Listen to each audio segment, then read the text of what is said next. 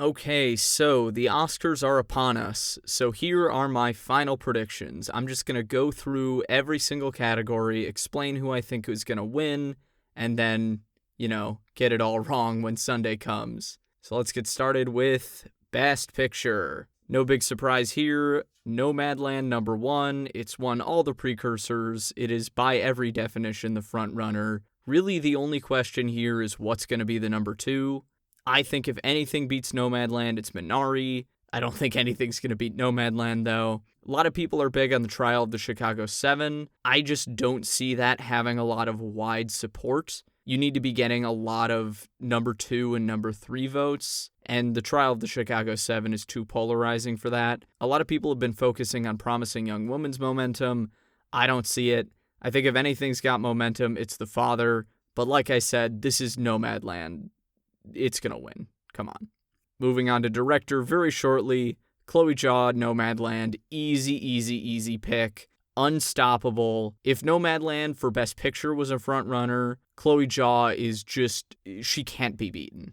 Best Actress is a mess. This is a nightmare category. I feel like somehow we're all going to be wrong and it's going to be Vanessa Kirby, but I'm confident in Viola Davis. I think her SAG win was pretty huge for her. I kind of discount Andra Day because I don't think the Golden Globes, especially this year with all the chaos that's gone on, I don't think they're a reliable precursor. Carey Mulligan did have a lot of momentum from the critics, hence her Critics' Choice win, but she just hasn't won any of the major precursors. And then Frances McDormand won at BAFTA, but she's white and Carey Mulligan wasn't nominated, so of course Frances McDormand is going to win.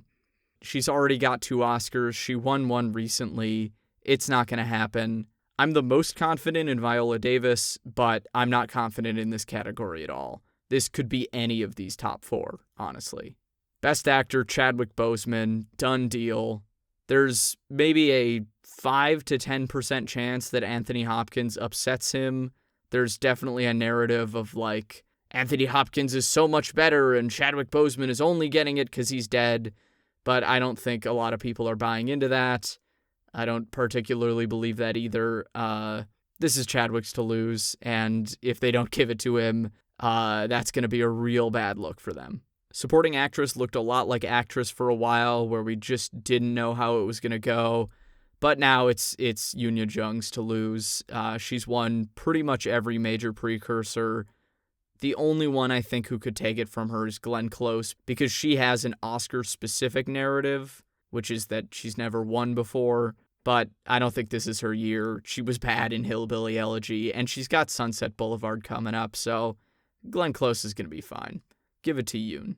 Another category that's really just kind of solidified from chaos is Supporting Actor. Daniel Kaluuya really can't lose at this point. The only way I could see him losing is if he and Lakeith Stanfield split votes.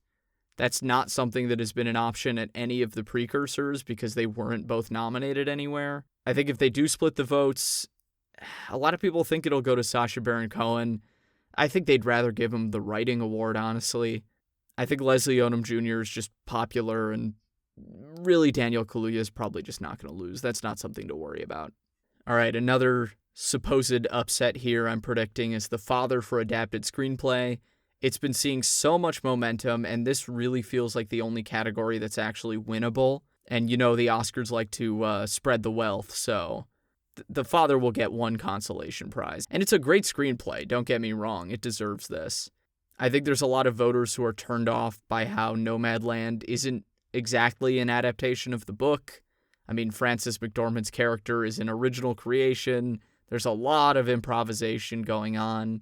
Same with Borat, but, I mean, it's clear that the Academy likes Borat. They like Sacha Baron Cohen. There's a chance, but I think The Father's going to take this one unless Nomadland just sweeps. Original screenplay, I'm more confident in this one. Promising Young Woman has been winning a lot of precursors. It's getting buzz, especially for the screenplay. And now that Actress isn't really a sure thing, I think this is going to be Promising Young Woman's one win. And then if not that, it's going to be Minari. I think Trial of the Chicago 7 is just kind of dead here. I'll probably eat those words, though. Cinematography, another upset here, sort of, according to Gold Derby odds. I think Mank and its Citizen Kane references and the black and white and all the gorgeous money shots, I think that's going to win. I think that's going to win Mank its highest profile win. It could still go to Nomadland. Don't get me wrong. Never, ever completely count out Nomadland in any of these categories, really. But I'm putting my money on Mank. Speaking of spreading the love for costume design, I have Ma Rainey. It's period. You've got all the fancy actors flaunting their nice 20s costumes. And Ma Rainey has done well at precursors in the technical categories. Even the BAFTAs gave them some of these categories, so I'm confident in Ma Rainey. My real dark horse here, I don't think this is going to happen, but Pinocchio has just incredible costumes and makeup. If it pulls a complete out-of-nowhere win, just remember, I think that's pretty cool, and I think it deserves it. Editing is tricky. I don't feel confident enough in really any of these to pull an upset over Sound of Metal. Sound of Metal has a real, whiplash thing going on. They like to pair up sound awards with editing as of late. Ford v. Ferrari did the same thing. And since, spoiler for my sound prediction, but I would feel safe in Sound of Metal. Again, don't count out Nomadland. Makeup and hair, again, Ma Rainey here. Again, do not count out Pinocchio. That movie was all makeup. Oh my god, that freaky tuna thing was beautiful. But also Viola Davis's makeup in this movie is very prominent. It's very intentionally obtuse. It's very period. When you have a character who has, some hardcore makeup going on at the front of the movie, that really helps in this category. Production design, Mank again. I mean, you look at the Hearst Mansion. I think that's going to be in the reel here. Just walking around that gigantic manor. That's what you want to see for production design. Ma Rainey could take this one, sure, but I think Ma Rainey is limited by its singular location. It's a shame that The Father isn't getting more consideration here because they use their one location in a really clever way. It's constantly adapting throughout the movie, but it's just not as showy as Mank is. Best score, this is Soul. Soul has won every precursor. Trent Reznor, Atticus Ross, John Baptiste they've got this one in the bag. Song is tricky. I'm going with the odds. I'm saying it's Speak Now from One Night in Miami. I really, really don't like credit songs. I don't think they should be eligible. I get that they're only there because those are the best kind of songs to perform at the Oscars. But on the other hand, I really didn't like Eurovision just as a movie. So I'm conflicted on voting for it. Husavik is the only song that isn't a credit song. So I could see there being some distaste for the credit song that elevates it.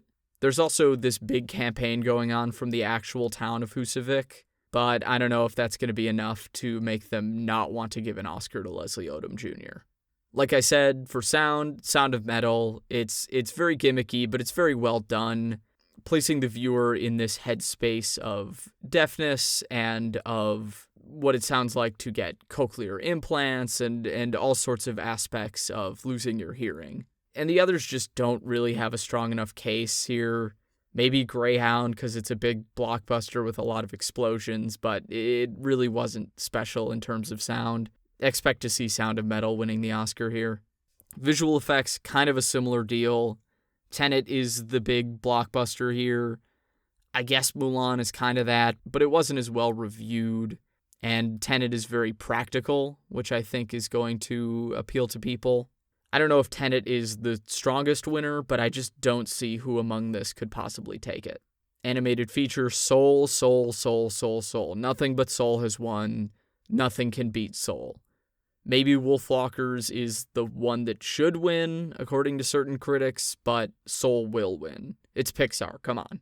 For documentary, I kind of want The Mole Agent to win, especially because this guy Sergio will be at the Oscars, but I feel like Time is the most personal of them.